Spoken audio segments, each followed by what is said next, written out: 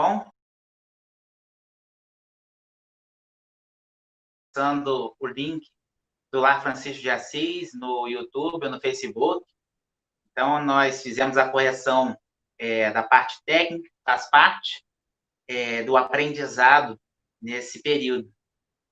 A gente quer agradecer profundamente a todas as pessoas que estão ajudando o Lar Francisco de Assis com relação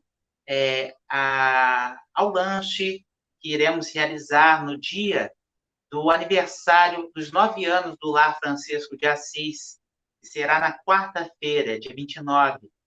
E aí nós já estamos recebendo um apoio, um abraço, esse carinho, mensagem chegando no número do Lar Francisco de Assis, e esse lanche que realizaremos na quarta-feira, ele tem o objetivo, é um lanche para oferecer aos irmãos, alguns em situação de rua. A gente vai sair com alguns veículos para poder entregar esse lanche, que será preparado com muito amor, e contamos com a colaboração de todos.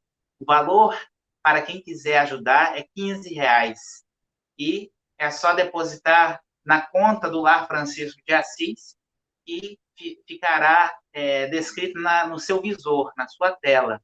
Então, durante a exposição da noite, colocaremos as informações, caso o seu coração se sinta tocado em poder ajudar nesse lanche, em comemoração aos 9 anos do Lar Francisco de Assis, mas é uma comemoração que nós ofereceremos aos nossos irmãos de caminhada. E, mais uma vez, você que está acessando, seja bem-vindo. E o objetivo dessa corrente do bem é justamente o nosso fortalecimento, porque a gente sabe que está sendo um ano desafiador para todos.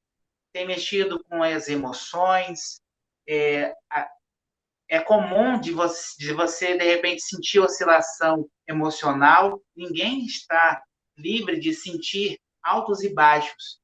Então, estamos aqui na corrente do bem para nos fortalecermos, para orarmos juntos, porque um elo orando pelo outro fortalece a cada lar aqui representado. Então, permita que Jesus entre na sua casa. Esse é o momento de se sentir abraçado, de receber todo esse carinho da espiritualidade amiga, e desejamos profundamente que o seu coração seja tocado com esse amor, com esse carinho, com essa esperança que você veio buscar nessa corrente do bem. Que Jesus te abençoe. Um beijo, um abraço também do nosso querido Francisco de Assis. E essa proposta da corrente do bem. Já falei da questão do aniversário. A gente vai repetir esse recado ao final, para os irmãos que acessarem esse link. Compartilhe, por favor, no seu WhatsApp, no Facebook, nas redes sociais. Compartilhe esse momento da corrente do bem com amigos, porque a tua intuição pode dizer de alguém que precisa dessas reflexões, alguém que perdeu a esperança, alguém que está acamado ou doente, ou que está com uma dificuldade emocional. Leve essa mensagem a mais corações. Também temos um lembrete de colocar uma água. Separe um copo de água, um frasco, uma garrafa de água perto de você, para que essa água, ao final desse encontro, receba esse magnetismo dos amigos espirituais. Porque enquanto a corrente do bem ocorre, nós damos a permissão para que os caravaneiros espirituais de Francisco de Assis, e também colaboradores espirituais do Lar de Frei Luís, que é a nossa casa-mãe, possam adentrar o seu lar e poder envolver com magnetismo essas águas, e também cuidar de cada integrante do núcleo familiar onde você reside, ok? Então, separe a sua água. Hoje, nós temos a alegria imensa, pois a nossa convidada é a Cláudia Oliveira, de Cabo Frio. A Cláudia, eu também sou cabo-friense, Então, tenho um carinho com o movimento espírita de Cabo Frio também, porque eu fui evangelizado lá. E também a Cláudia Oliveira, ela desenvolve um trabalho com juventude. Ela já, inclusive, deu um estudo na Mocidade Espírita Luiz Sérgio, onde os jovens ficaram apaixonados pela Cláudia. Ela tem um jeito alegre, autêntico, espontâneo de poder trazer reflexões aos jovens. Então, foi riquíssimo e certamente hoje nós seremos brindados com a reflexão que a Cláudia preparou com muito carinho. Chegado o momento de fazer a nossa prece. Eu não separei nenhuma música para esse momento, mas conecte-se com a música do seu coração. Porque aqui, do seu coração, sai melodia de esperança. Confia. Feche os seus olhos. Abra o teu coração ao Mestre Jesus nesse momento de prece. Jesus, obrigado, Senhor. Obrigado. Muito obrigado por termos um momento de reflexão onde nós podemos aliviar um pouco esse fardo que às vezes carregamos, de tensões, preocupações, e nós podemos beber direto da fonte dos teus ensinos, através desses colaboradores que vêm ajudando para que a corrente do bem possa ocorrer fielmente nos dias planejados.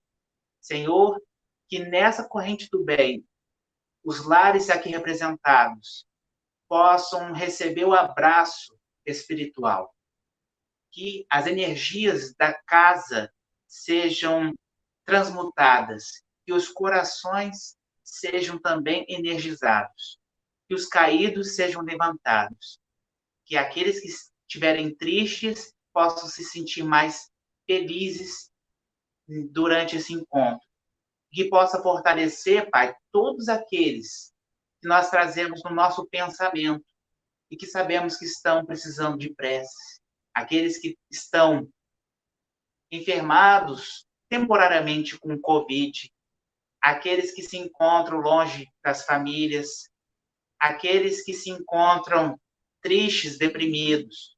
Pai, fortalece a todos esses irmãos na certeza e na segurança de que o teu nome tem poder. Mestre Jesus, pedimos a tua permissão para que a nossa expositora, Cláudia, seja envolvida com o teu amor, com o teu coração, para que esse encontro seja maravilhoso, com muito amor, com muita fraternidade. Que assim seja, Senhor. Muito obrigado. Que assim seja. Cláudia, por gentileza, você pode ativar o seu microfone e também o seu vídeo. Então, agora a palavra é tua. Você tem 1 hora completa de exposição. Obrigado. Oi, Vitor. Uma grande felicidade poder estar compartilhando um pouco das reflexões que a gente fez para esse estudo, que fala sobre justamente Jesus, né, que é o nosso Cristo amor. E eu combinei com o Diogo, eu vou compartilhar a minha tela para que vocês possam ver alguns slides que eu preparei sobre o nosso tema, e a gente vai conversando sobre isso. Porque a gente sempre, quando me pediram esse tema, a gente sempre fica naquela dúvida, mas falar de Jesus, as pessoas já conhecem Jesus, a gente já sabe, já ouviu, já leu o Evangelho, a gente já viu filmes sobre Jesus, já ouviu a história de Jesus, e parece que Jesus é um conhecido muito chegado a nós. Parece, porque a doutrina traz para a gente muito mais detalhes sobre o Cristo que a gente não tem ideia, e eu também não tinha ideia, e o pouco que eu descobri, eu estou trazendo para compartilhar, mas principalmente para deixar muito gosto de quero saber mais sobre essa figura absolutamente incrível que é o nosso modelo e guia, né? Que é o nosso Cristo de amor, o Verbo de Deus. Então, quando a gente fala em Jesus, a primeira coisa que a gente pensa, né, quem é Jesus para nós, espíritas? Né? Porque até então, Jesus tem várias denominações. Né? Jesus é o Cristo, que é o médico dos médicos, ele é o Filho de Deus, ele é um religioso, ele é um revolucionário. Cada grupo humano tem para Jesus um olhar e cada pessoa tem a sua impressão de quem é esse espírito que se dedica a esse planeta desde antes do planeta estar na posição que ocupa, né, no nosso sistema solar.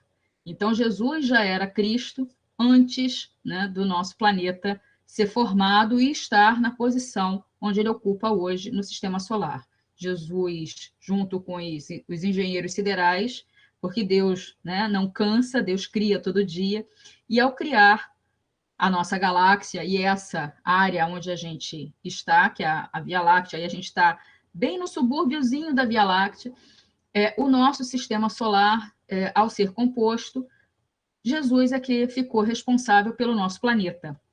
Então, é dele a plasmagem mental que mantém a vida como nós a conhecemos nesse planeta, nas várias dimensões que a gente possa imaginar. A nossa ciência, ainda com muita dificuldade, já conseguiu identificar 23 dimensões diferentes.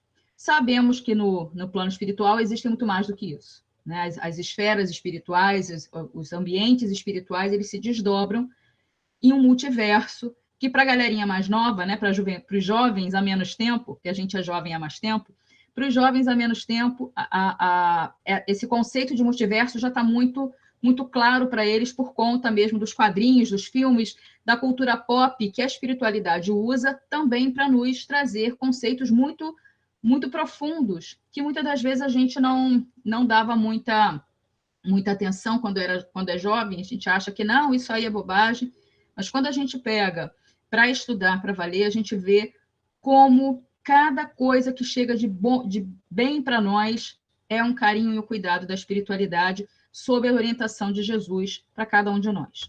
Então, quando a gente pensa em Jesus, né, a gente tem... Qual é a origem de Jesus? Né? Para a maioria das tradições religiosas, Jesus foi criado assim. Né? Para outras, Jesus nem foi criado. Jesus é o próprio Deus que encarna, que se faz homem e encarna, sendo a própria divindade encarnada. E para algumas, Jesus é o Filho de Deus que foi concebido, todas as aspas possíveis, sem pecado, né? Filho de uma mãe virgem e do Espírito Santo, com um corpo glorioso. E aí a gente tem uma série de ideias que puderam ser criadas ao longo da teologia, e que trazem Jesus de uma forma ou muito mística, né? Aquele ser muito destacado na criação, já um ser muito privilegiado, enquanto Jesus, na sua própria senda, demonstra completamente o contrário, né? Jesus vem, se faz encarnar, e vem para viver conosco de uma forma absolutamente simples e incrivelmente grande, né? Grandiosa. Então, Jesus traz para a gente a nossa visão espírita. Com o Consolador, a gente tem uma outra visão do Cristo.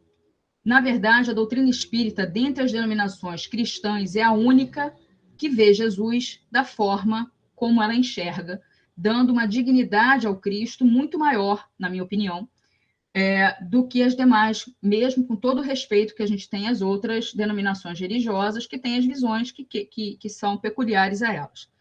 Nós sabemos que Jesus foi criado como mônada espiritual, simples e ignorante, igual a qualquer um de nós.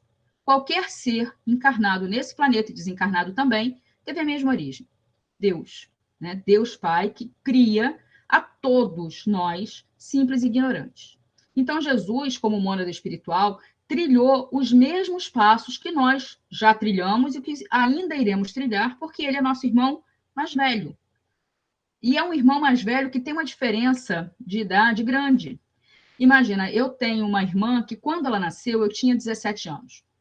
Minha mãe me teve aos 17 e teve a minha irmã com 34. Então, eu tinha 17 anos quando minha irmã nasceu. Essa minha irmã, a minha relação com ela é quase de mãe e filha, tanto que ela me chama de irmã. e durante alguns anos da vida, ela achou que eu era a mãe dela e que, né, a nossa mãe era a avó, porque ela achava estranho, né, essa questão devido ao meu cuidado com ela. E se é assim entre encarnados, imagina Jesus, né? Por isso, muitas das vezes, a gente confunde mesmo Jesus, que tem esse cuidado, esse carinho, essa identificação com o Pai, né, tão grande, que muitas das vezes nós, que ainda somos confusos, não entendemos direito e acabamos confundindo a nossa cabeça mesmo. Mas Jesus sempre deixou muito claro, eu sou o filho, né? Bom é meu Pai que está nos céus. Então, Jesus sempre fez essa diferença, e nós, espíritas, acreditamos sim que Jesus foi criado igual a todo mundo e que ele é o nosso modelo e o nosso guia, justamente porque ele conhece profundamente o caminho a que nós estamos trilhando. Né? Jesus é guia. Quem é um guia? É aquela pessoa que conhece o caminho, que já sabe das encrencas, já sabe dos atalhos, já sabe onde é seguro, sabe onde tem problema, e por isso tem condição de nos guiar com toda a segurança para o nosso destino. Por isso, Jesus, lá na questão 625 do Livro dos Espíritos, é a resposta mais curta, né, dada a Kardec em toda a codificação, que é quando Kardec pergunta quem é, né, qual foi o tipo mais perfeito que Deus deu à humanidade para lhe servir de modelo e guia, e a espiritualidade responde, vede Jesus.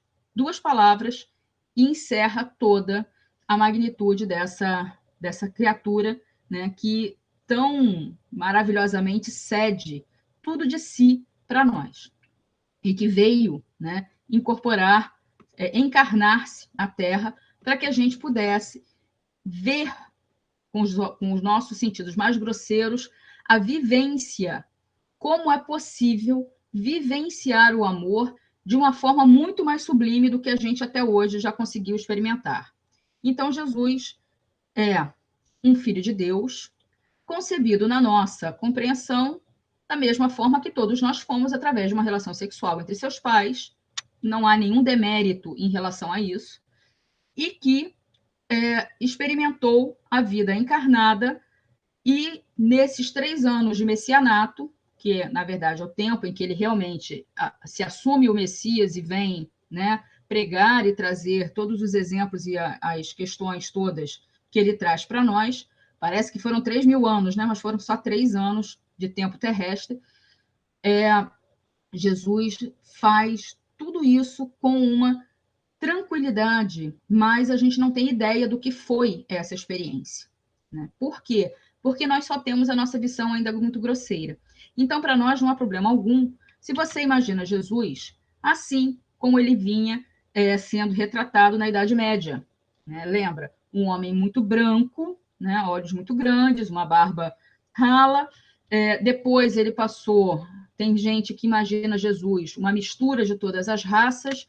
Existia um estudo há um tempo atrás que dava a aparência, entre todas as aspas possíveis, a aparência real de Jesus, porque foi um estudo feito em cima do que se chama Santo Sudário, né, que também é uma outra questão, que a gente não tem como comprovar que esse foi realmente o pano, né, o material que envolveu o corpo do Cristo antes dele os restos mortais de Jesus, antes dele fazer a ressurreição. Da mesma forma, você pode imaginar Jesus como depois passou a ser mostrado, ainda muito europeu, né? Uma pele muito branca, olhos muito claros, um cabelo quase louro. E tudo bem se você pensa em Jesus assim. Mas também não há o menor problema se você pensa em Jesus assim, mais africanizado. Porque, na verdade, Jesus nasceu lá em Belém, que é uma área que hoje corresponde à Cisjordânia. Eu vi essas semanas que passaram agora também um estudo que as pessoas botaram uma figura que parece que pode ser que Jesus se parecesse com aquela pessoa, com traços mais judaicos, né, da Cisjordânia, que é a região do planeta que ele nasceu. Mas Jesus é uma figura tão fantástica que não tem problema nenhum. Se você pensa em Jesus europeu, se você pensa no Jesus africanizado, se você pensa no Jesus histórico, não tem problema a iconografia que você traz para sua mente quando você pensa no Cristo. importante é que você pense nele. E em todas essas figuras que eu mostrei para vocês, que são as formas como a gente tenta representar, porque Jesus não se deixou, não vou dizer fotografar, mas assim, ter uma imagem dele. Ele não foi desenhado e nem foi feita nenhuma estátua com o busto de Jesus, porque isso era muito comum naquela época. Grandes personalidades e autoridades, os artistas costumavam fazer suas homenagens fazendo a representação física através de uma estátua ou de um desenho ou de algo do gênero. Jesus não deixou-se, né, imprimir a sua imagem justamente para que cada um de nós possa usar da sua vontade, da sua imaginação, para entender. E uma coisa que eu percebi em todas essas imagens, não só essas que eu mostrei para vocês, mas várias outras, é o olhar. Sempre um olhar muito claro, sempre um olhar muito doce.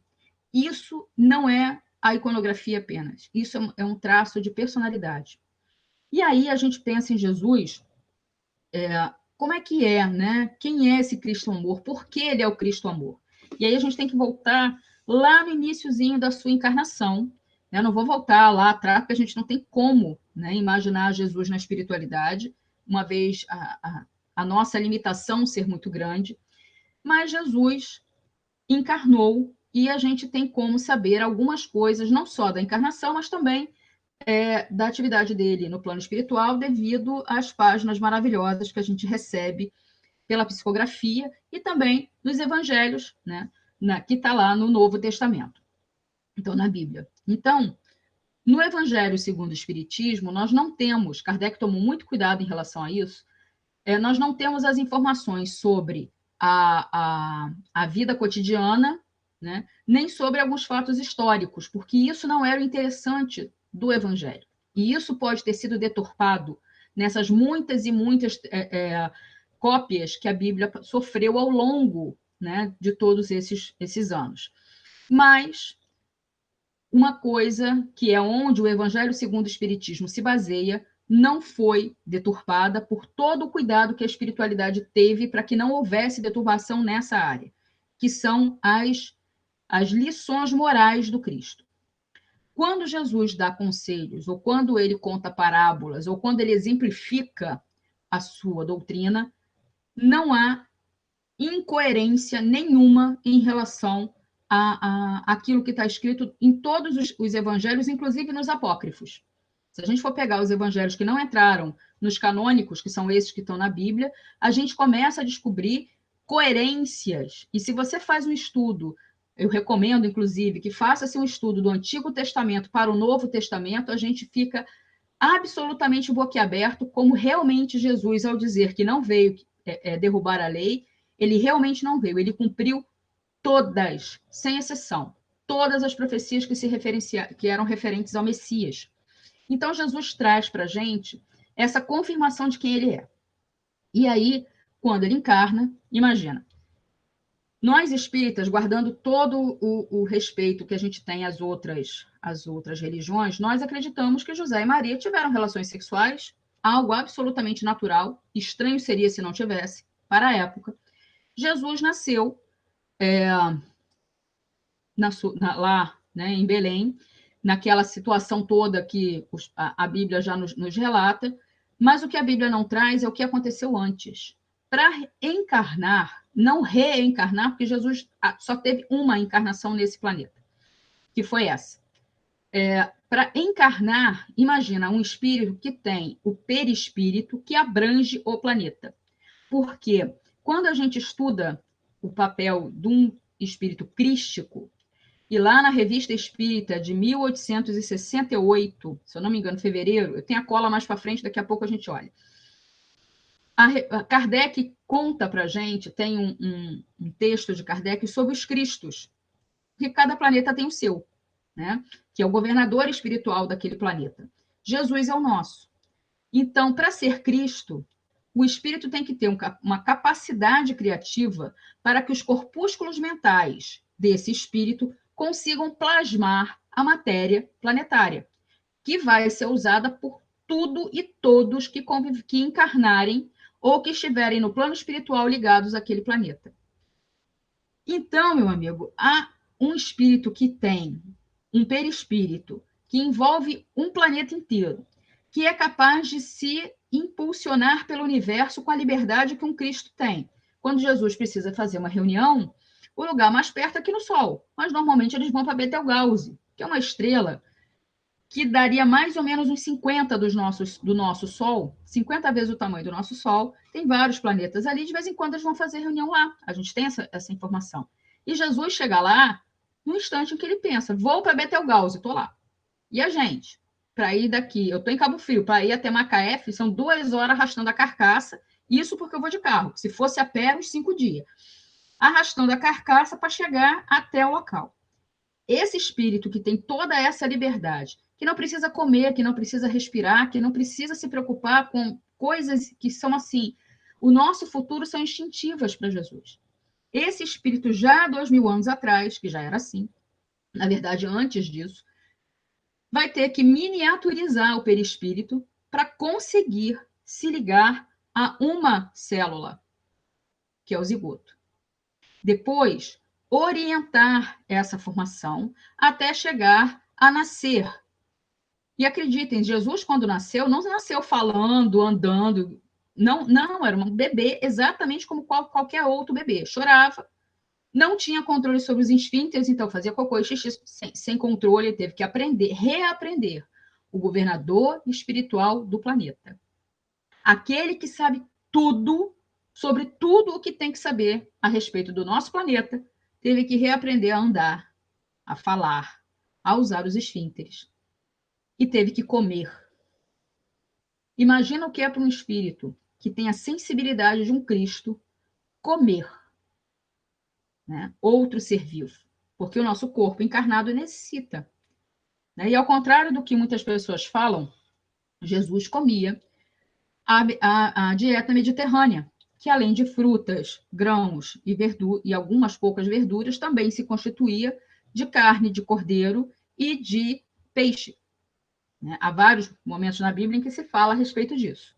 Então, imagina para esse espírito saber que está, né, se alimentando de outro ser vivo, para poder manter a própria existência, né, física, encarnada. E Jesus usou cada uma dessas questões. Então, quando Jesus nasceu, José e Maria já tinham recebido alguns sinais de que alguém muito especial tinha encarnado. E quando Jesus nasceu, imagina, recebem a visita de 3 magos, 3 reis magos, que vêm homenagear aquela criança seguindo uma estrela. Então, José e Maria perceberam que alguma coisa, né, realmente era muito especial ali.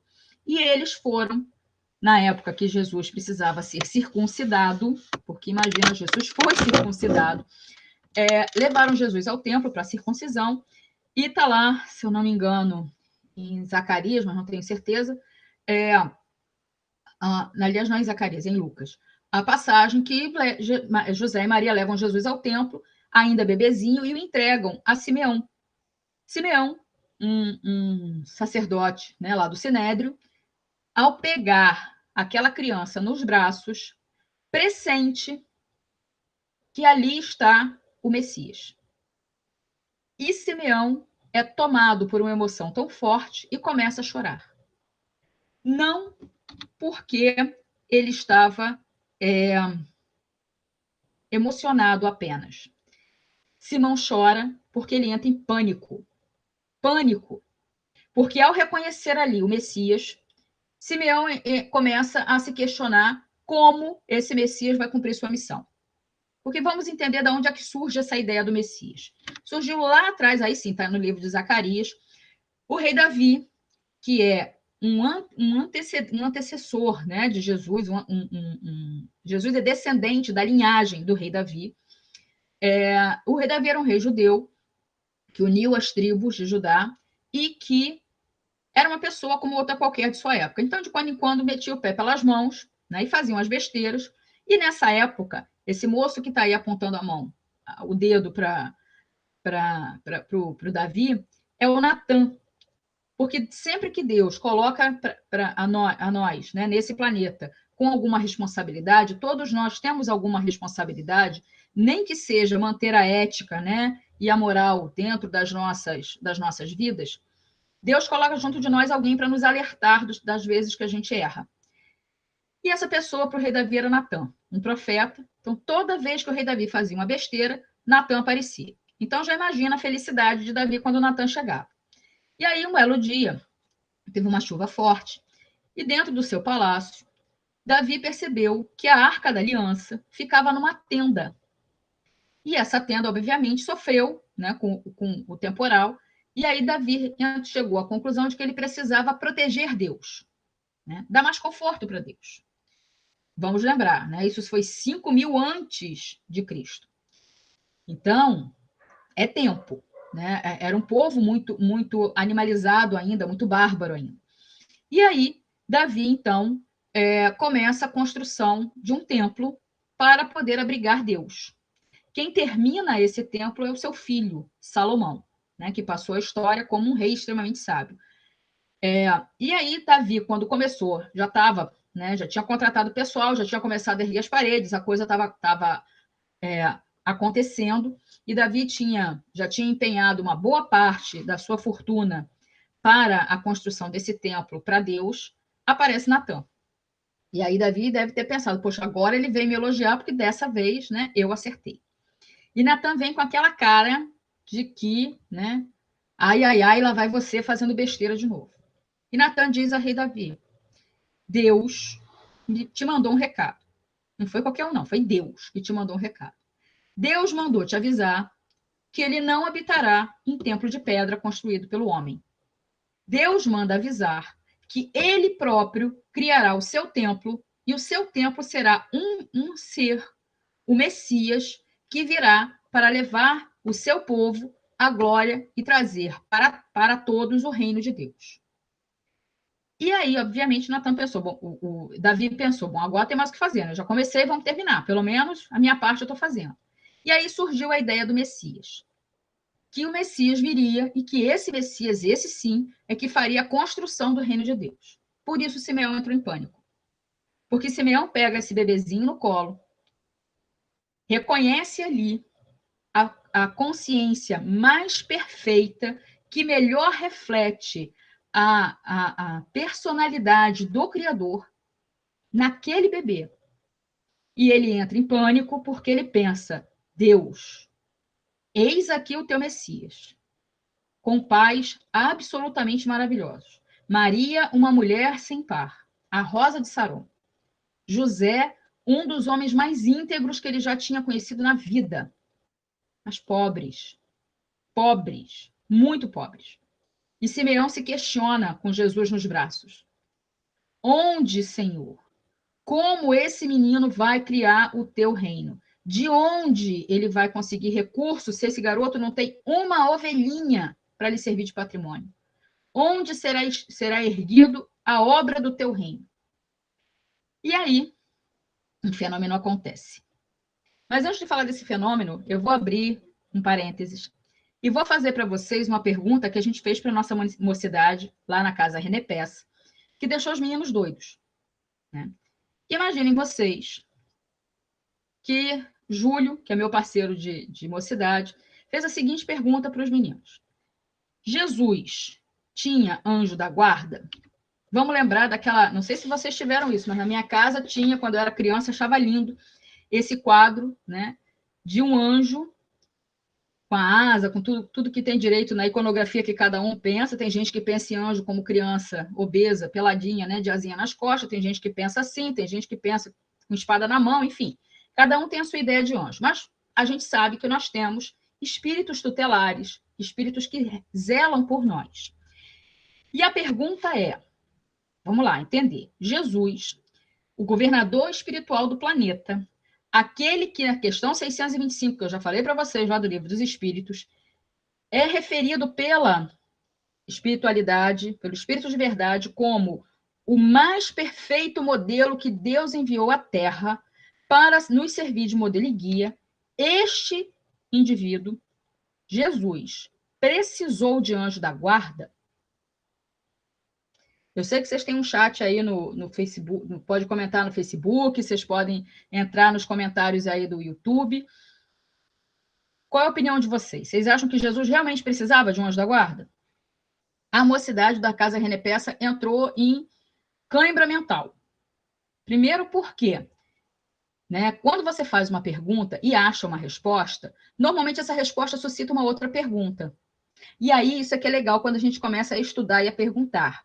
Por isso que Kardec, depois que fez a primeira versão do Livro dos Espíritos, ele teve que ampliá-la. E aí, como também não dava para ficar editando, reeditando, ele botou a Revista Espírita. Então, por isso a gente precisa estudar. E estudar mais. E cada vez mais, porque lembra, Kardec desencarnou dizendo que ele não conhecia espiritismo. A gente, então, que está na retaguarda, tem que comer muito ectoplasma, gente, para chegar lá e treinar os neurônios. Então, estava lá, né, posta a nossa pergunta para os jovens, se Jesus precisou de anjo da guarda. E os jovens chegaram, no final de muita discussão, à decisão que sim, Jesus precisava. Porque Jesus veio encarnar num planeta, né, no planeta, e ele veio com a missão de não derrubar a lei, mas dar cumprimento. Então, se Jesus se submeteu a todas as leis, anjo da guarda é uma lei. Todo mundo precisa de alguém para dar uma força na hora que a gente está encarnado, inclusive Jesus. E isso mostra uma grandeza, uma humildade, um exercício de amor que a gente não faz ideia de como é que é. Por que Jesus precisou de anjo da guarda? Não é por falta de competência, muito pelo contrário. Mas Jesus, lembra, Jesus nasceu e precisou engatinhar. E quando ele desdobrava no sono em bebezinho e quando criança, ele não podia ter posse de todo o cabedal neurológico que um ser humano tem nessa idade. Então, para Jesus enfiar, na época, se tivesse tomada, Jesus provavelmente ia botar o dedinho e tomar um choque igual toda criança. Por quê? Porque estava submetido às mesmas leis que todo ser humano encarnado nesse planeta passa. E ele não se excusou, ele tinha toda a desculpa do mundo para pedir privilégio, mas Jesus não teve nenhum privilégio, em nada. E justamente por isso, a dignidade desse espírito é ainda maior e a admiração que a gente tem que ter, a gratidão que a gente tem que ter por ele é ainda maior. E o espiritismo traz isso para a gente. Então, Jesus precisou, sim, de um anjo da guarda.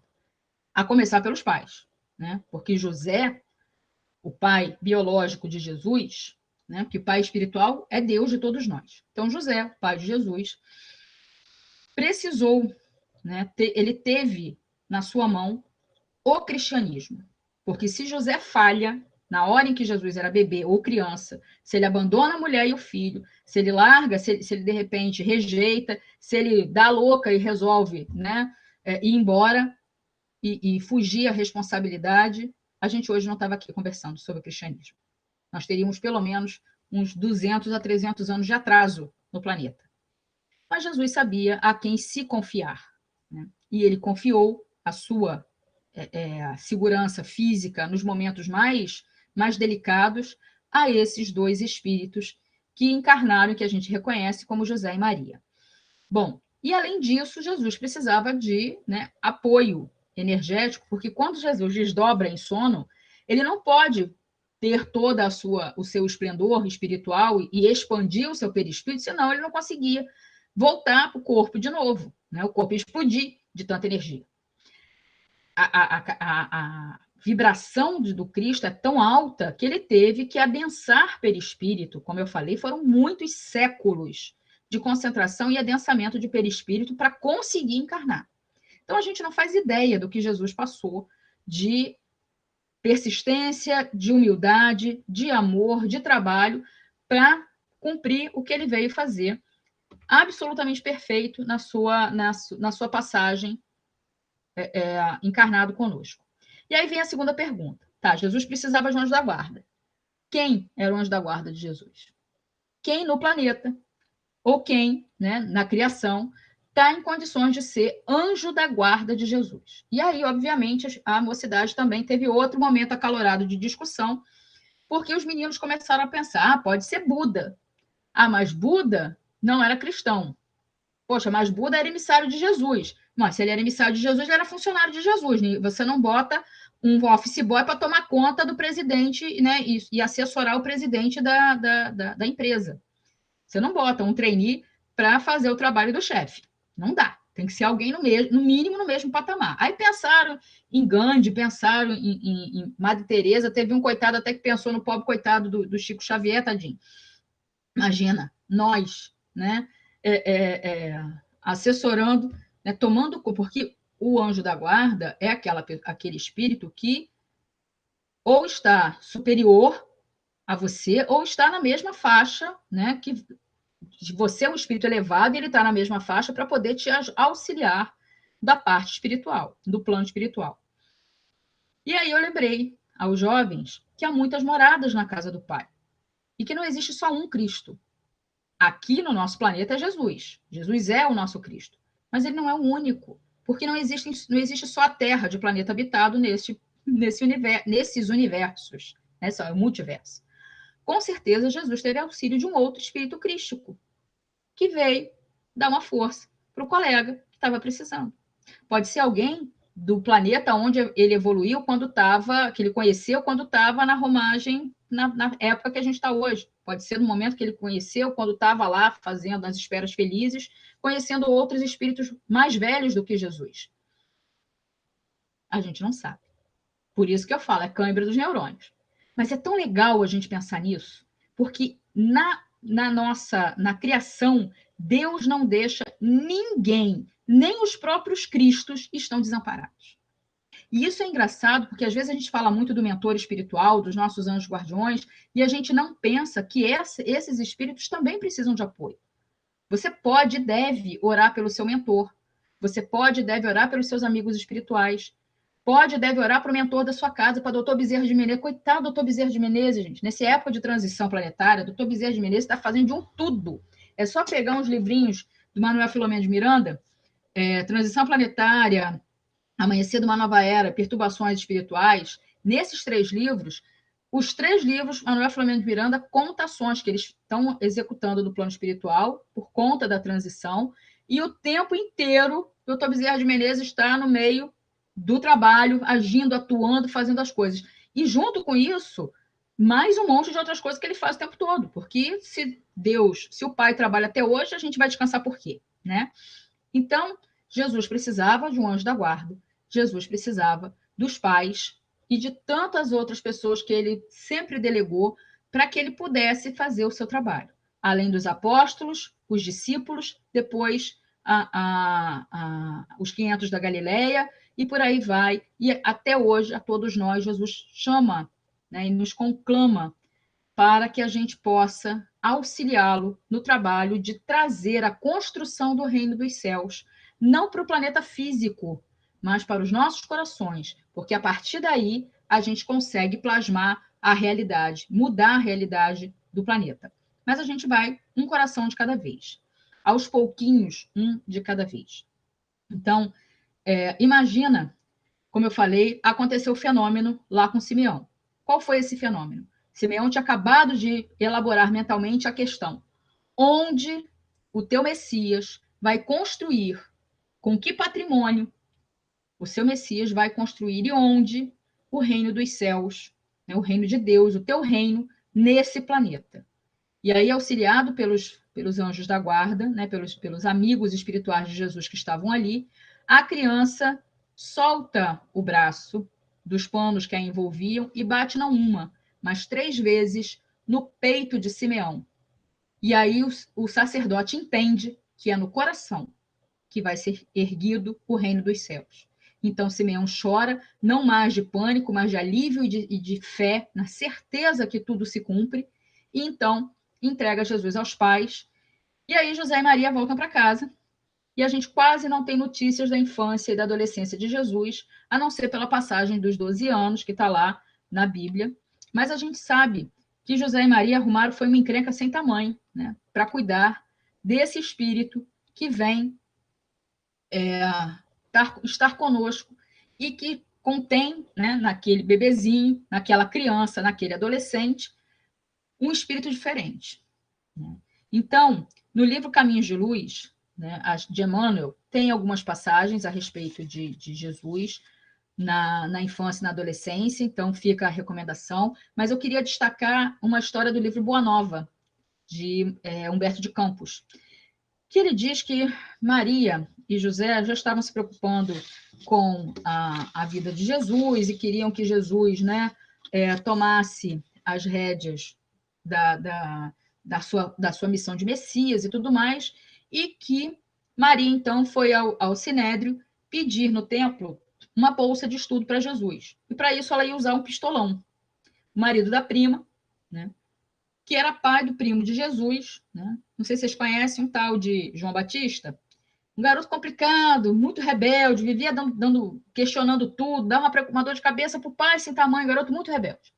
E aí Maria chega lá pro seu primo, né, casado com a prima, que era o Zacarias, e fala com ele, pai de João Batista, se ele aceitava, né, arrumar uma bolsinha de estudo lá para Jesus. E ele fala, poxa, graças a Deus, de repente tira. O pessoal gostou, né, de Jesus quando esteve aqui falando com 12 anos, então tomara, né, que tira as atenções do meu filho e bota as atenções em Jesus, pelo menos eu tenho um refresco na minha cabeça. Manda ele para cá.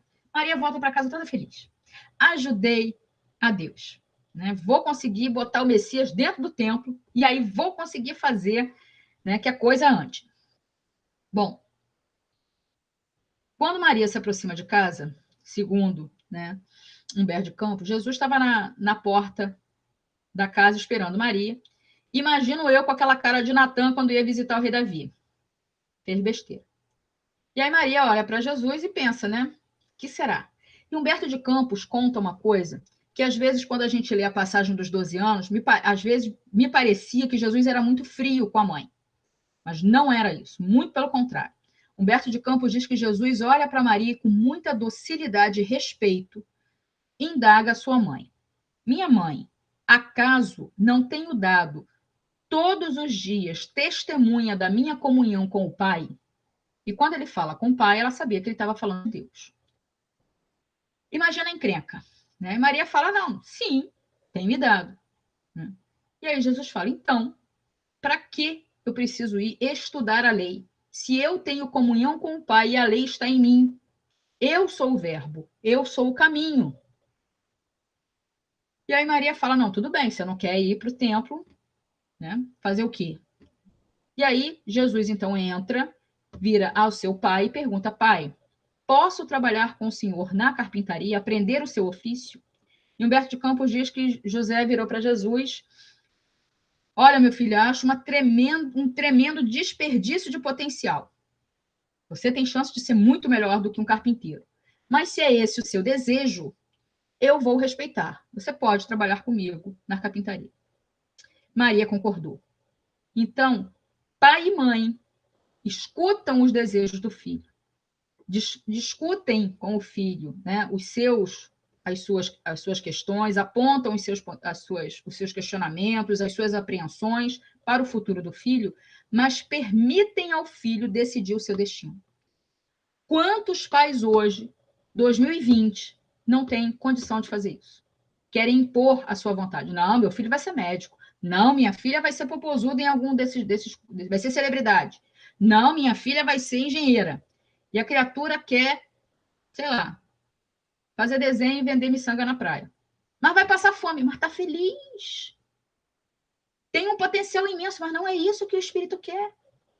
Aquele espírito, às vezes, veio para poder conseguir se manter íntegro numa única encarnação. De tantas outras encarnações, né, que já pode ter falhado. Nessa está tentando, de repente, só continuar encarnado e com vontade de viver.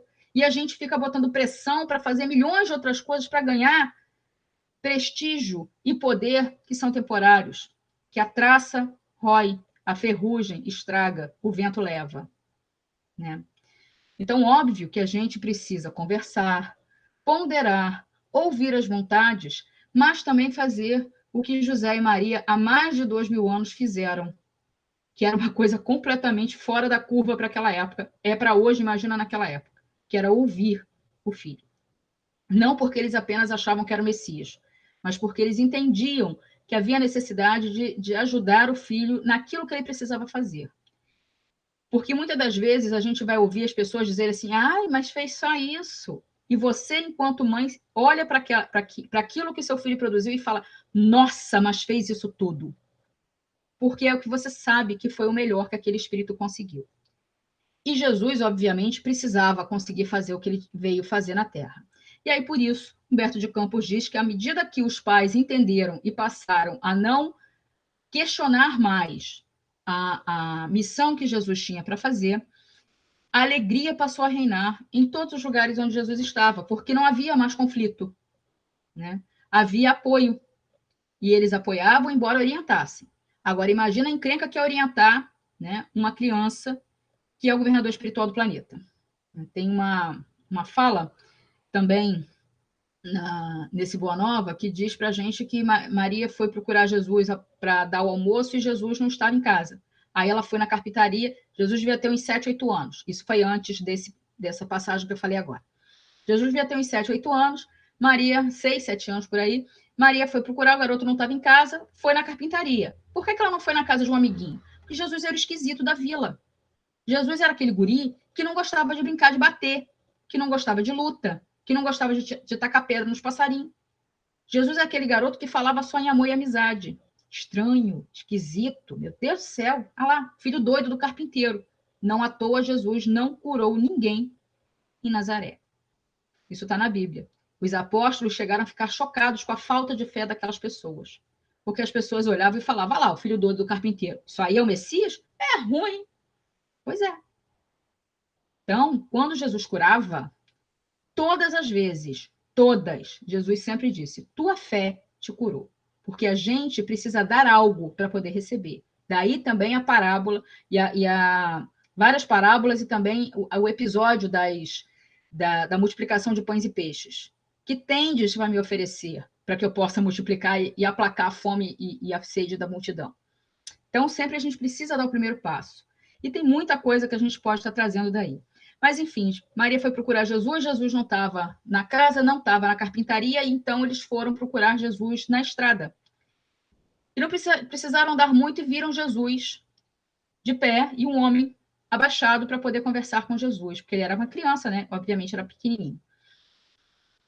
E cada vez quanto mais eles se aproximavam, mais preocupados ficavam, porque começaram a reconhecer a pessoa que estava conversando com Jesus. E reconheceram o pior assassino de Jerusalém. Aquele cara que matava quem bobeasse com ele. Não era só romano, não. Ele matava judeu, ele matava criança, ele matava idoso, ele matava qualquer um que passasse pelo caminho. Piscou 2 vezes, ele não gostou, ele passava régua. E Jesus estava batendo papo com essa criatura no meio do caminho. José virou para Maria e fala, chama Jesus para casa. Ela falou, não, porque ele está falando com o homem, se o homem achar que é ruim, a gente não sabe o que pode acontecer, ele pode ficar agressivo.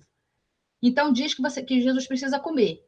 Eu consigo imaginar Maria olhando para José, dizendo, meu filho sem noção, se eu chego lá e chamo Jesus para vir para casa, para comer, quem você acha que o esquisito da vila vai convidar para vir comer dentro da nossa casa e partilhar o pão com a gente? Vocês entenderam o tamanho da encrenca de José e Maria? Porque a gente educar filho é fácil, muito fácil. Você vira para a criança e fala, ai, ai, ai, não pode ser egoísta, tem que dividir os brinquedos com os amiguinhos. Ai, ai, ai, hoje é dia do vovô e da vovó, não pode ser mal criado, tem que respeitar os mais velhos. Você vai dizer o que para Jesus? Ai, ai, ai, meu filho, não pode fazer caridade para qualquer um, principalmente para os mais necessitados. Você não pode fazer caridade e acolher um bandido. Viu o tamanho da encrenca? Pois é. Humberto de Campos conta que eles tiveram que esperar um tempo razoável, porque esse homem chora no ombro da criança, é consolado, depois levanta, segue seu caminho, e Jesus volta para casa, alegre, feliz e saltitante, porque havia tocado um coração retirado das trevas, da ignorância do amor, e despertado para a luz. Então, esse é um espírito que, desde criança, né, estava sempre fazendo um comportamento muito, muito diferente da maioria. Tanto é assim que em Lucas, não lembro agora o capítulo, mas lá em Lucas, Jesus já tinha sido crucificado, os discípulos e os apóstolos estavam apavorados com medo da represália de Roma e do Sinédrio. E então, 2 discípulos desciam, está registrado em Lucas, na estrada de Emaús. E se aproxima deles um estranho. né? Naquela época era muito diferente de hoje. Então, as pessoas estavam andando, chegava alguém para conversar, era muito comum você ter essas conversas entre os homens, porque não havia esse medo que há hoje, embora ainda houvesse violência, já houvesse todas essas questões, mas era muito mais difícil, né? Quando você tinha pessoas andando, né, peregrinos. Então, eles estavam andando e esse estranho chegou a eles e perguntou por que eles estavam tão tristes. E eles falam, poxa, acaso não soubestes que assassinaram o nosso Messias, crucificaram-no, que humilhação, que isso, que aquilo.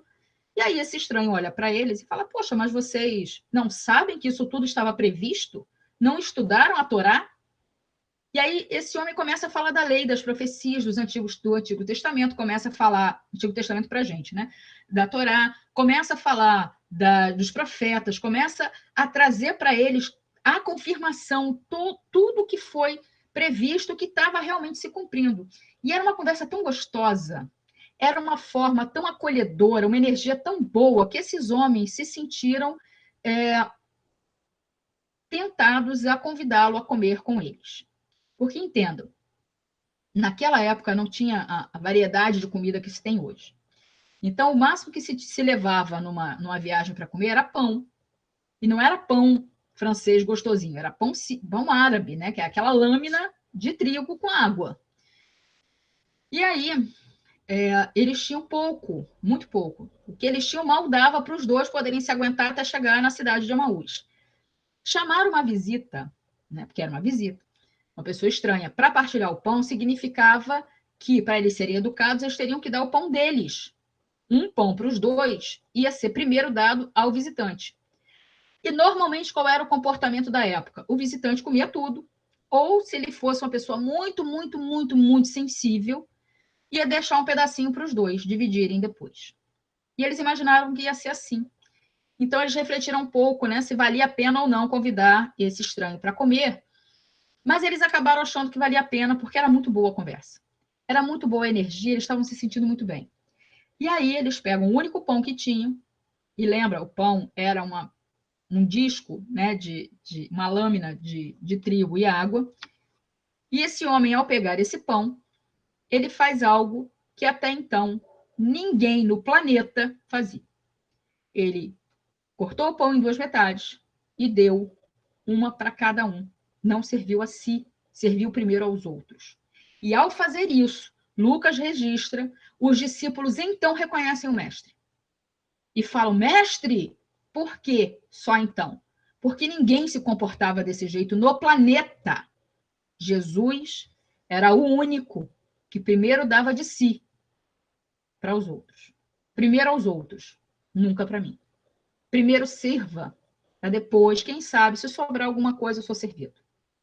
E aí, Jesus desaparece sob os olhos incrédulos desses dois discípulos. A gente que estuda alguma coisa de perispírito, a gente sabe que isso não tem nada de miraculoso, é simplesmente a manipulação da vibração perispiritual, usando fluidos, usando uma série de coisas.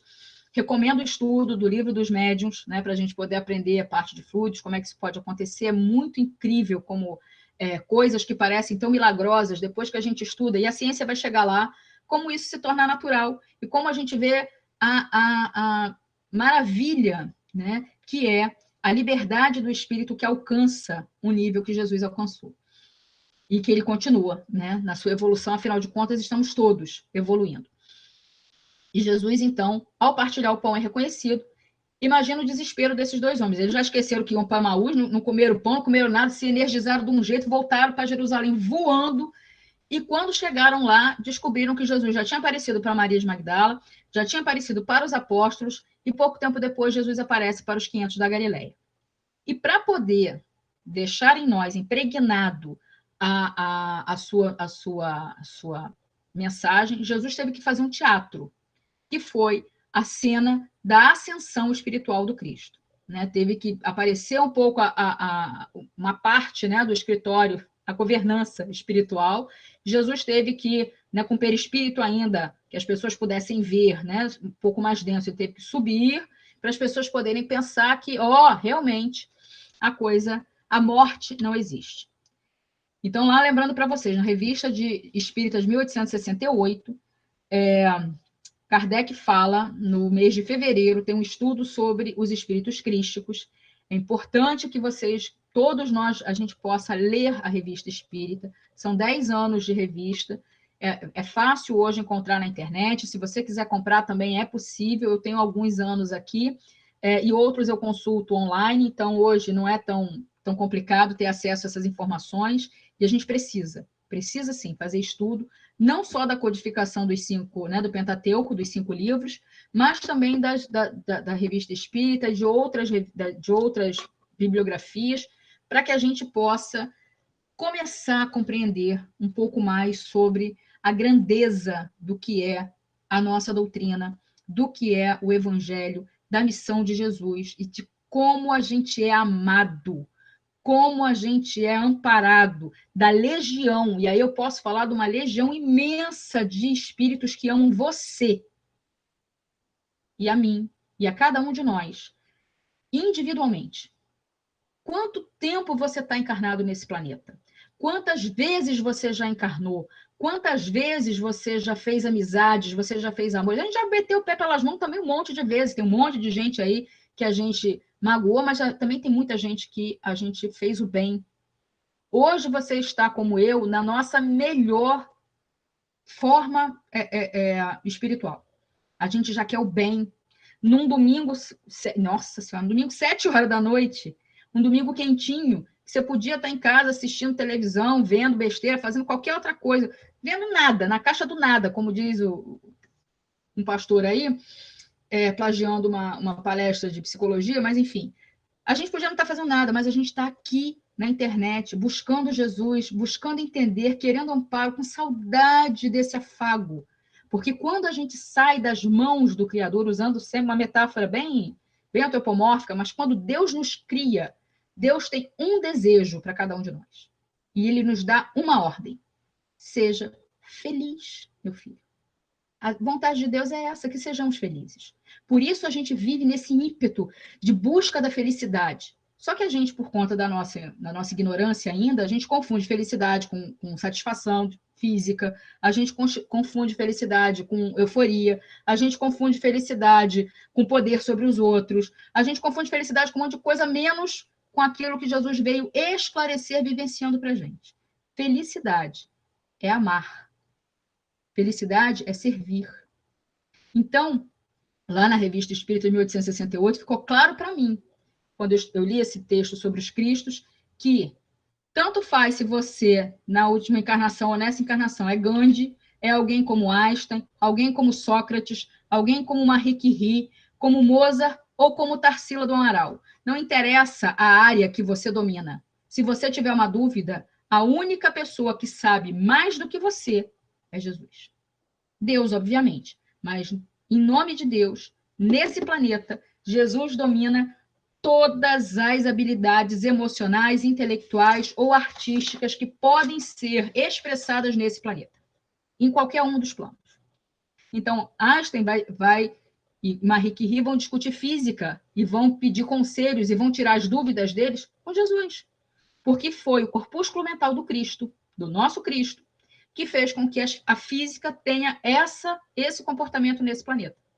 Por isso, quando o espírito troca de um planeta para o outro, a gente precisa se ambientar às características daquele planeta, porque o Cristo que criou esse planeta, em nome de Deus, a mente que ajudou a manter que ajuda, né, que suporta esse planeta, é diferente da mente que suporta Vênus, é diferente da mente que suporta Júpiter, porque são Cristos diferentes, com maior ou menor potencial criativo que o nosso.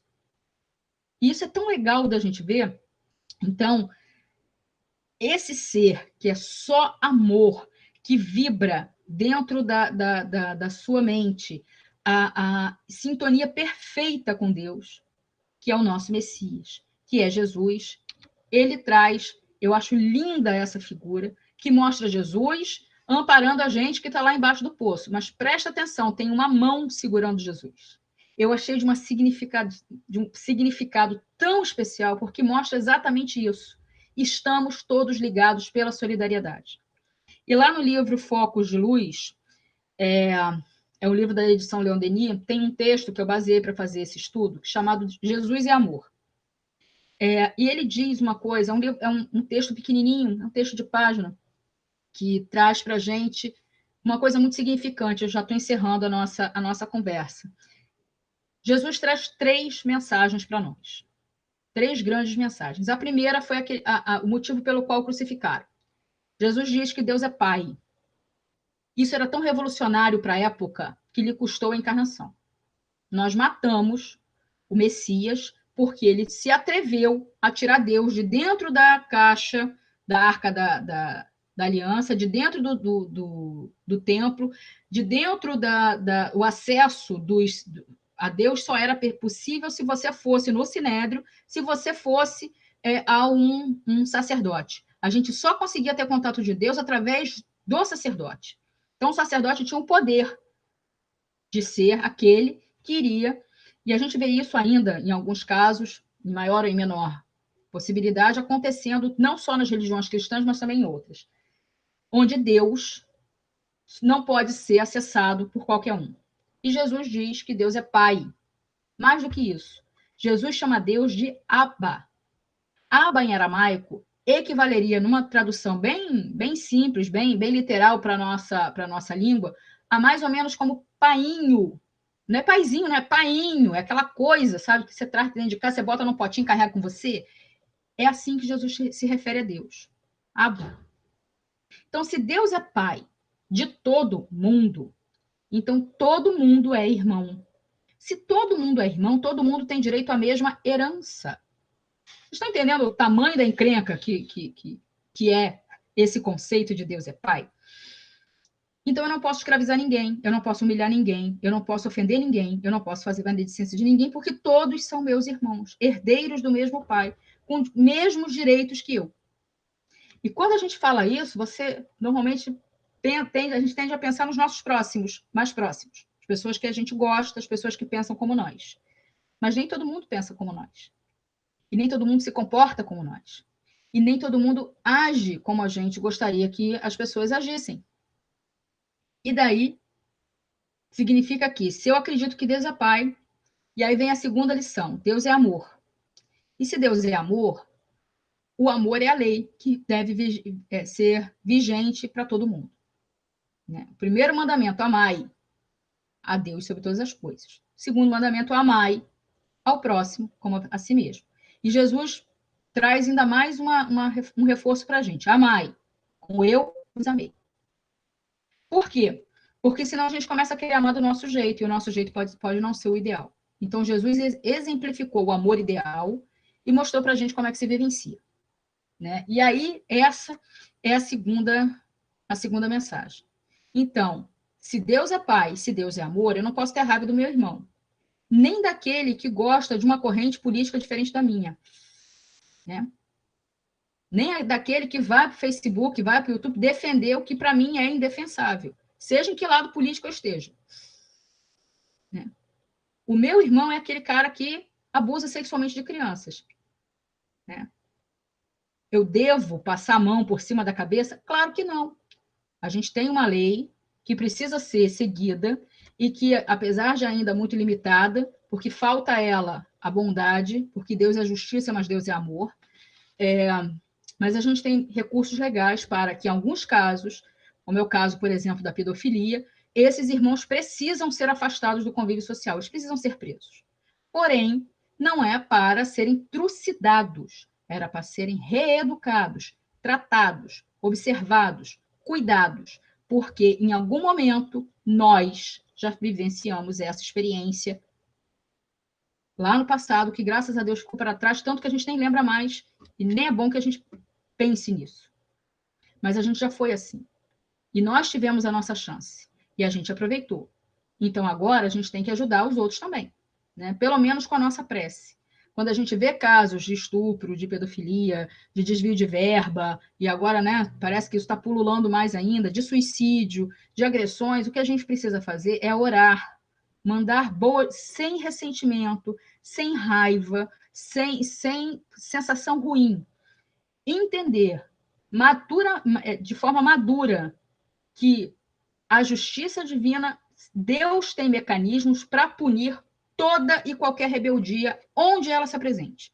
Jesus falou que nenhum iota vai ficar para trás. Não é o iota da Guerra nas Estrelas, não. É o iota, que era a moeda, significaria 1 centavo.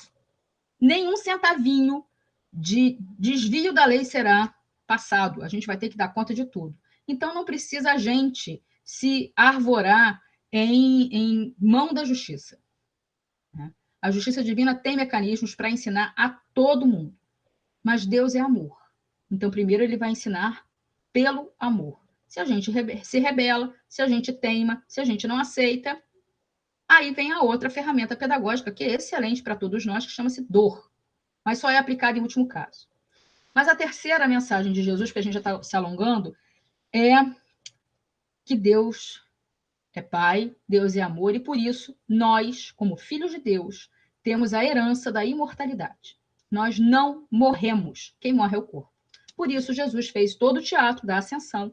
Jesus apareceu para os discípulos de Emaús, apareceu após a crucificação para Maria de Magdala, para os discípulos, mandou Tomé botar a mão dentro da chaga para poder provar que era ele mesmo, para que os nossos sentidos grosseiros se impressionassem a tal ponto que a gente pudesse realmente entender que não morremos. Quem morre é o corpo. E que o reino dos céus precisa ser trabalhado em cada um de nós, todo dia, um pouquinho de cada vez. Que a gente desencarna, a gente reencarna, e com o passar do tempo, as experiências no bem vão se acumulando, a gente vai angariando mérito, a gente vai angariando pontos para nós, pontos de apoio, para que a gente possa chegar a ter uma fonte de água que vai jorrar para a vida eterna. Quando Jesus fala para a samaritana, né, no poço, que ele é a fonte de água viva, ele está absolutamente coberto de razão. E a gente está há 2000 anos estudando esses textos e ainda não entende a plenitude do que está aí. Então, que a gente possa deixar, né, de ser espírito errante, que quando a gente assumir a nossa herança real, né, na vida, e na nossa posição espiritual, que a gente possa realmente compartilhar da felicidade de saber que a gente tem como lema, como destino, o sucesso e a felicidade. A gente pode fazer igualzinho ao GPS. A gente muda o rumo, o GPS calcula a rota e dá um outro caminho para a gente poder chegar ao destino. O nosso destino é sempre esse, é sempre a felicidade, é sempre a evolução. Agora, os caminhos que vamos percorrer, aí é a escolha nossa. Agora, se eu me desvirtuo do caminho e pego um atalho que vai me levar, na hora de recalcular a rota, a uma volta maior, a um local mais doloroso, a riscos e a perigos que eu não pressenti, a escolha foi minha. Mas o destino continua inalterado. É Deus, é voltar aos braços do Pai, agora sim como co-criadores. E a partir de hoje, cada um de nós está conclamado por Jesus para co-criar uma nova realidade para a sociedade que a gente está. Chega de entrar em desespero por causa de pandemia. A pandemia está aí. A gente deve sim ter bom senso, ouvir a ciência, seguir todas as orientações sanitárias que estão descritas na ciência, né, nas recomendações da ciência séria, e vamos, então, nos prevenir da doença física. Mas se ela chega à nossa casa, se ela nos acomete, enquanto espíritas a gente sabe, há um motivo. Então, o que a gente faz? A gente luta pela nossa recuperação física. Se não for possível e a gente desencarnar, não sei se vocês sabem, em algum momento, todos nós vamos. Mais cedo, mais tarde, criança, idoso, isso aí não tem problema, porque o corpo é quem morre. Se a gente desencarnar, que a gente desencarne com a consciência o mais tranquila possível, que a gente, pelo menos, está tentando, de verdade, alcançar a nossa melhoria, um pouquinho hoje mais do que ontem, um pouquinho amanhã menos do que hoje.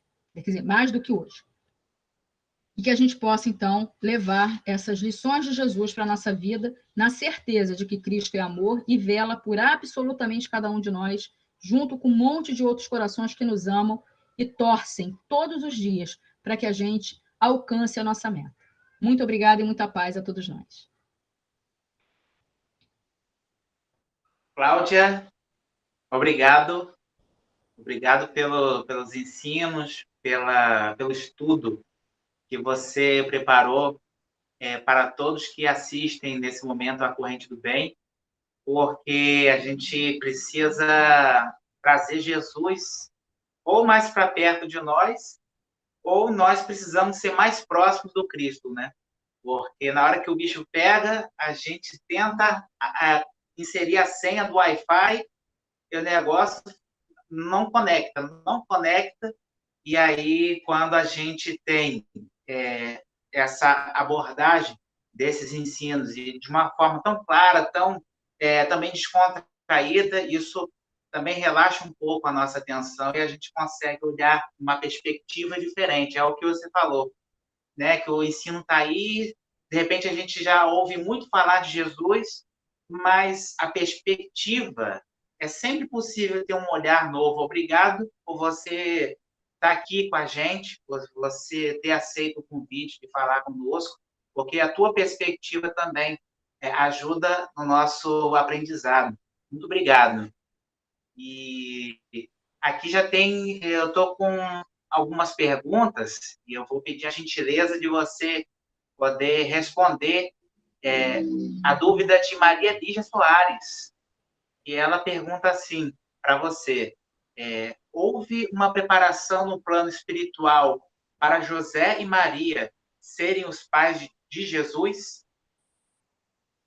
Olha, nada é feito ao acaso, né? Então, quando Jesus convida José e Maria, ele convida esses espíritos, obviamente, estudando, conhecendo esses espíritos. Ele não ia chamar dois irresponsáveis, né? Ou dois espíritos que não teriam a condição moral de levar a educação dele, porque, como eu falei, ele se confiou a esses dois espíritos. Então, há sim um planejamento espiritual. A gente tem algumas teorias que Maria veio de uma outra galáxia para poder ajudar Jesus, porque ela e Jesus e José também tiveram convivência em outro planeta dessa galáxia, ou de uma outra galáxia ainda, onde eles estiveram. Mas, gente, isso aí não interessa. O importante para nós hoje é que espíritos, mesmo os mais avançados, ajudam-se uns aos outros. Eles não tomam essa coisa de que eu vou fazer sozinho, eu me basto e pronto, acabou-se. Por isso que eu acho aquela imagem tão linda. Jesus sendo apoiado para poder nos apoiar. E a gente pode apoiar uns aos outros, porque aquele que está dentro d'água, o pé pode servir de apoio para o outro que está mais abaixo ainda, e um vai ajudando o outro, porque Deus não tem sossego, gente. Deus cria todo dia. E aí é legal que a gente possa entender que a gente foi muito ajudado, a gente é muito ajudado. Está na hora da gente começar a retribuir esse apoio, esse amor, essa coisa, essa corrente do bem. Acho que o tema é realmente maravilhoso. É uma corrente do bem que nos anela a todos. Segundo lá a questão, acho que é 700 e alguma coisa do Livro dos Espíritos, do átomo ao arcanjo. Estamos todos interligados. Isso é muito lindo. Sim. A Giovana Valentim está assistindo aí a Corrente do Bem, não sei se pelo Face ou pelo YouTube.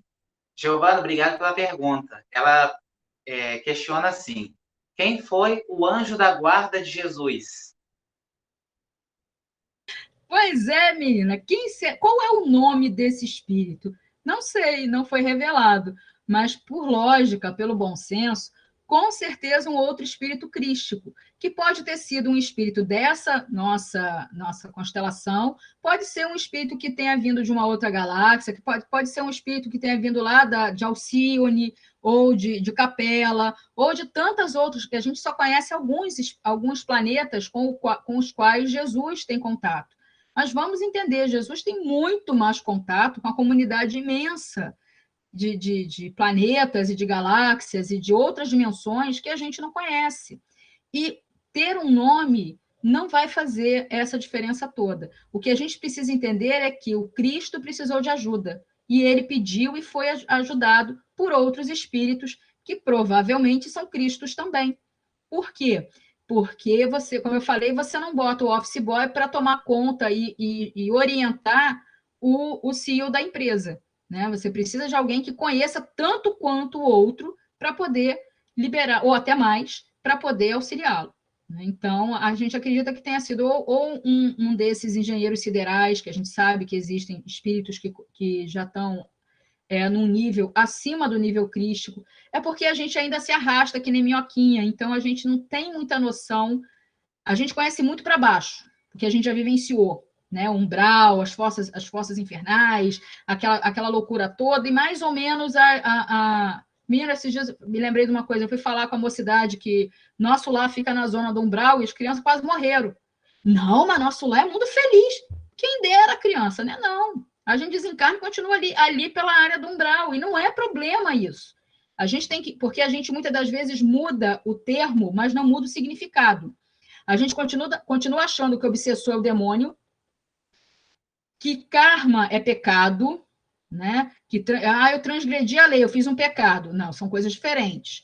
Que nosso lar é o paraíso e que umbral é o inferno. Não é, esses conceitos têm que ser modificados para nós. O obsessor é um irmão nosso que está na mesma situação que a gente já se encontrou no passado. Provavelmente tem ou uma queixa muito justa contra nós, por isso a sintonia é permitida, né? Porque a gente cria plug para a tomada poder entrar. Não se encaixa tomada redonda em plug reto e vice-versa. Então, se a gente permite, se Deus permite, é porque há um motivo. E a gente precisa cuidar da nossa sintonia, né? Então,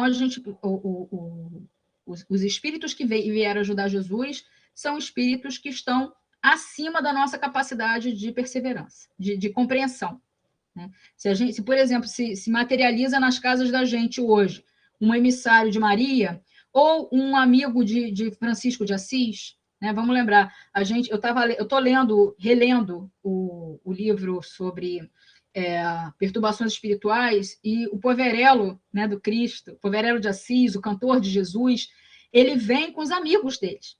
E o Manuel Filomeno de Miranda conta que em outro momento veio só um dos companheiros de Francisco, mas a identificação é tão grande que ele, no início, achou que fosse o próprio Francisco de Assis. Então, a gente não tem a percepção para espírito superior, para a gente é tudo a mesma coisa, é tudo santo. Porque a gente não sabe aquele espírito superior que tem 1 milhão de anos e aquele espírito superior que é superior a 10 bilhões de anos. Para a gente, chegou num nível que ofusca do mesmo jeito. Então, o importante para a gente é saber que Jesus é um espírito que trouxe para a gente o exemplo de humildade maior que você pode imaginar que se pode existir, que é se confiar ao outro. E Jesus fez isso não só a Deus, mas aos amigos e aos companheiros que estavam com ele nessa missão.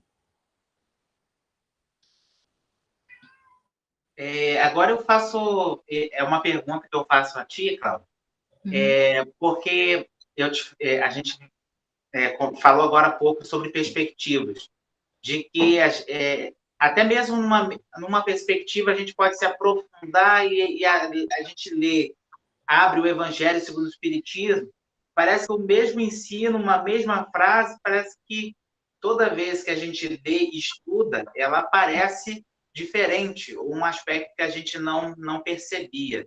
Uhum. E eu gostaria de saber, nesse ano que a gente está passando, qual o ensino de Jesus que salta aos seus olhos e que traz esse acalanto?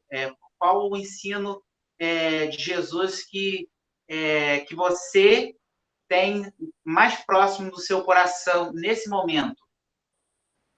Olha, eu acredito que as 3 lições de Jesus. Para esse momento, a gente precisa das 3. Primeiro, saber que Deus é amor.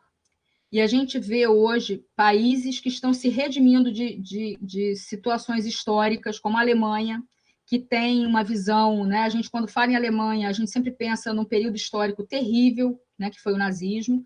E hoje a Alemanha é um país que está liderando a solidariedade dentro do bloco econômico europeu que seja, mas está liderando uma solidariedade muito grande em vários aspectos. E aí a gente vê o cuidado, né, da remissão daquela coletividade. Então, Deus, ao mesmo tempo, a gente vê um outro povo, que são os Estados Unidos, recebendo uma carga negativa muito grande, quando eles praticam o egoísmo de, por exemplo, comprar toda a produção internacional, mundial de vacinas no próximo ano, se a vacina der certo. Então, isso traz uma série de... Quer dizer, estão perdendo uma oportunidade. Então, um ensinamento muito grande é que Deus é Pai.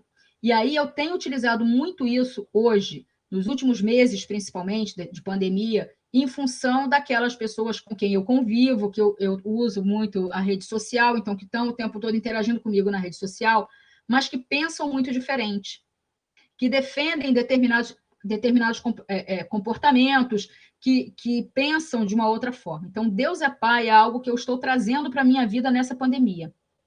Quando eu olho alguém que está andando na rua sem máscara e que briga e que humilha os outros, estou trabalhando em mim a não revolta, o não pensamento negativo.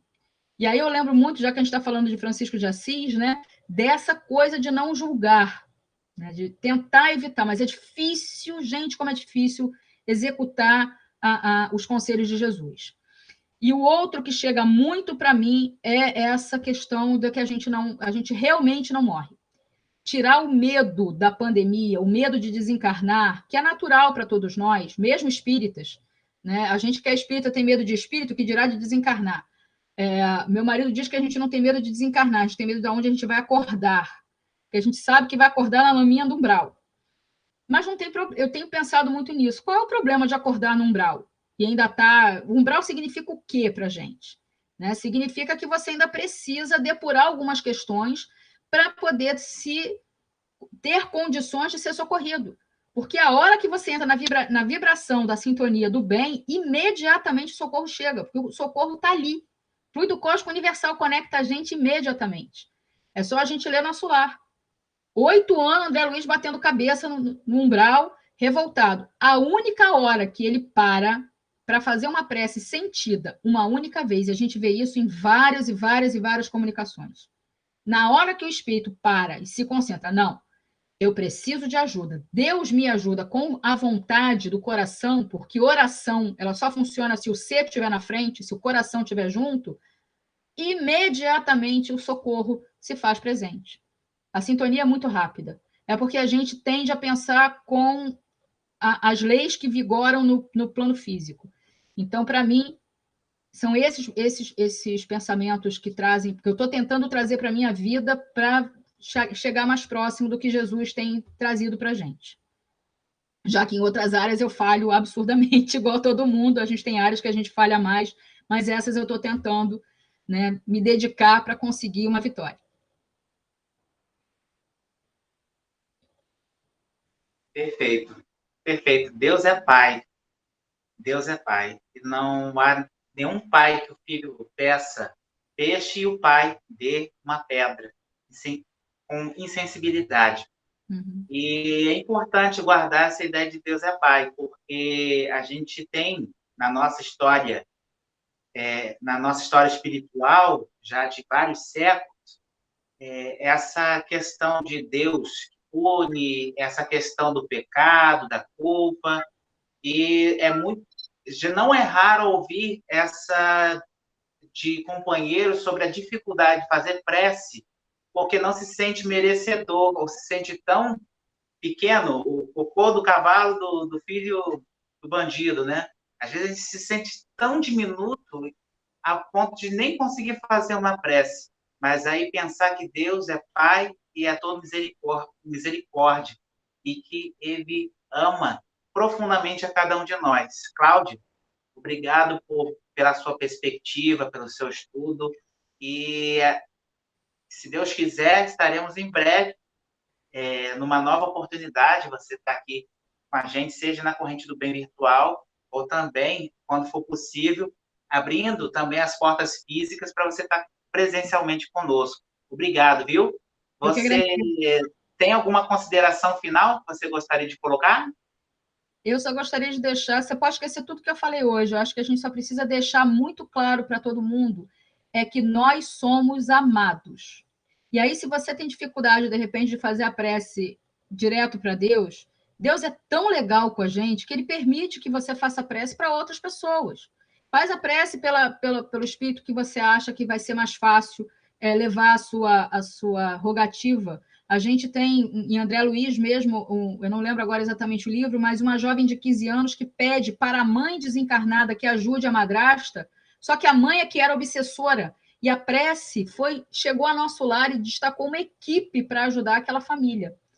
Então, mesmo que você peça para alguém que não possa naquele momento te ajudar, mas o seu coração está ali, saiba, você é amado por pessoas que você não lembra, porque já passou muitos séculos, a gente encarnou, o consciente apaga essas memórias, mas nós somos profundamente amados por muita gente que está no plano espiritual e que vão mover tudo o que puder para que a gente possa conseguir os nossos objetivos, desde que a gente tenha merecimento e que seja um momento propício. Então, é importante a gente levar isso em consideração.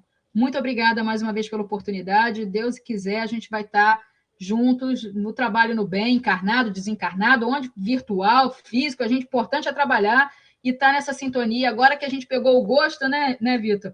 Agora a gente pegou o gosto, a gente quer seguir direto. Muito obrigada, meus queridos. Com certeza. Pegou o gostinho, já era. A gente vai direto, se Deus quiser. Sem derrapar no meio do caminho, orar e vigiar. Terminamos as nossas questões, nossas perguntas. Se você não separou, por gentileza, separe um copo com água, um frasco com água, um recipiente, para que a gente possa já fazer a nossa prece final. E nesse momento, esse momento de prece, todos juntos, orando, esse magnetismo que os amigos espirituais trazem, eles podem fluidificar essas águas e que comunicarão as células do nosso corpo físico, do nosso corpo astral, a melhora, a saúde, a paz. Lembrando também, queridos companheiros, que vocês possam ajudar o Lar Francisco de Assis, conforme eu falei no início dessa live, dessa corrente do bem, ajudar o Lar Francisco de Assis no seu aniversário, na quarta-feira. Nós estaremos fazendo 9 anos de atividades públicas, de atividades buscando levar esse evangelho à luz da doutrina espírita. E na quarta-feira iremos levar um lanche para as pessoas, nossos irmãos que estão em condições desfavoráveis, às vezes nas ruas. Levaremos esse lanche com muito amor. Será preparado com todo o carinho, com todo o cuidado, com todo o respeito. E é uma forma também de lembrar que Francisco de Assis, ele também levava o Cristo através desse alimento, através das atitudes e, se precisasse, ele através das palavras também. Se você quer ajudar nesse lanche, que será feito e será entregue nas ruas da nossa cidade de Macaé, por gentileza, você terá no seu visor informações sobre os dados bancários do Lar Francisco de Assis para ser realizado o depósito, no valor de R$ 15. Quer ajudar? Você pode depositar R$ 15 e o seu pouco será o muito que precisamos para essa alegria. Não é só receber, é sempre dar para quem precisa, mais precisa. Então, gratidão profunda, e é chegado o momento da nossa prece. Então, pedimos a gentileza de fecharmos os nossos olhos. Escuta o teu coração. É a melhor música que Deus colocou na sua vida. Essa música, ele te fala dentro de você. Ele te ama, ele quer a tua felicidade, ele te espera durante várias encarnações pelo seu despertar espiritual. Se você, nesse momento, passa por dor física, dor emocional, não se desespere e nem se entregue. Porque Jesus, ele escuta o teu coração, ele passeia nas avenidas, nas estradas que estão nessa habitação íntima, espiritual. Ele sabe da sua luta, ele sabe dos seus desafios. Não tema, prossegue. Jesus, que possa envolver a cada coração que pulsa, que busca respostas, que acerena a mente e que busca, através da prece, o hálito, a força e também saciar a própria sede. Senhor, nós temos sede de vida eterna, temos sede desse amor profundo que nos dá segurança, que nos dá serenidade. Que nesse momento possamos descedentar e sair mais fortalecidos dessa corrente do bem do que antes de nos conectarmos nesse momento. Jesus, sabemos que o Senhor se encontra nos locais onde muitas pessoas não vão e nem iriam, mas o Senhor está ali, nos asilos, abraçando, afagando também os velhinhos, às vezes esquecidos pelos familiares, ou nesse momento em que pouca visita pode ser realizada em virtude do Covid. Ajuda, Senhor, que possa ir até os hospitais a serenar os ânimos de quem passa pelo desafio, pela prova do Covid. Ajuda, Senhor, nesse fortalecimento, que eles possam se sentir abraçados por Ti. E também que possa abraçar os familiares que estão sendo, nesse momento, convidados a testemunhar a fé, a coragem, a serenidade perante os seres queridos que estão enfermos.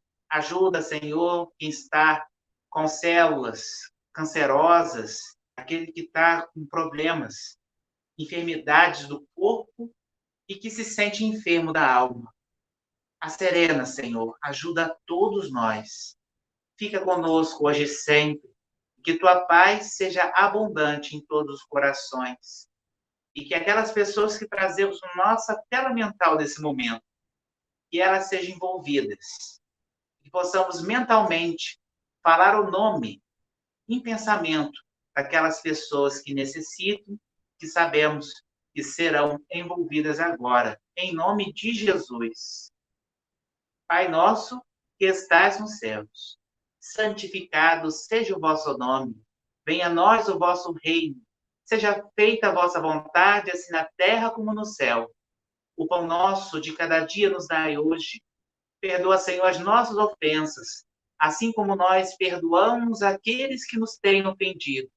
E não nos deixeis cair em tentação, mas livrai-nos de todo mal. Que assim seja, graças a Deus. É isso. Que bom. Que bom que você está aqui. Que bom que você... Esperamos que você esteja melhor, esteja mais forte. Esse é o desejo de todos nós. Porque ombro a ombro ninguém cairá. Porque você pode estar caindo, mas o teu irmão do lado não vai te deixar cair. E eu posso estar fortalecido e poder ajudar. Seja solidário sempre, porque todo mundo passa um desafio diário. E é isso, gente. A gente encerra a Corrente do Bem de hoje e que você tenha uma semana maravilhosa, com muita alegria, confiança, foco em toda essa fé, em todo esse aprendizado. Paz e bem. Se quiser, ajude, conforme a gente falou, do lanche dos R$ 15. E esse vídeo estará no canal do Lar Francisco de Assis, estará salvo. Então, paz e bem, boa noite.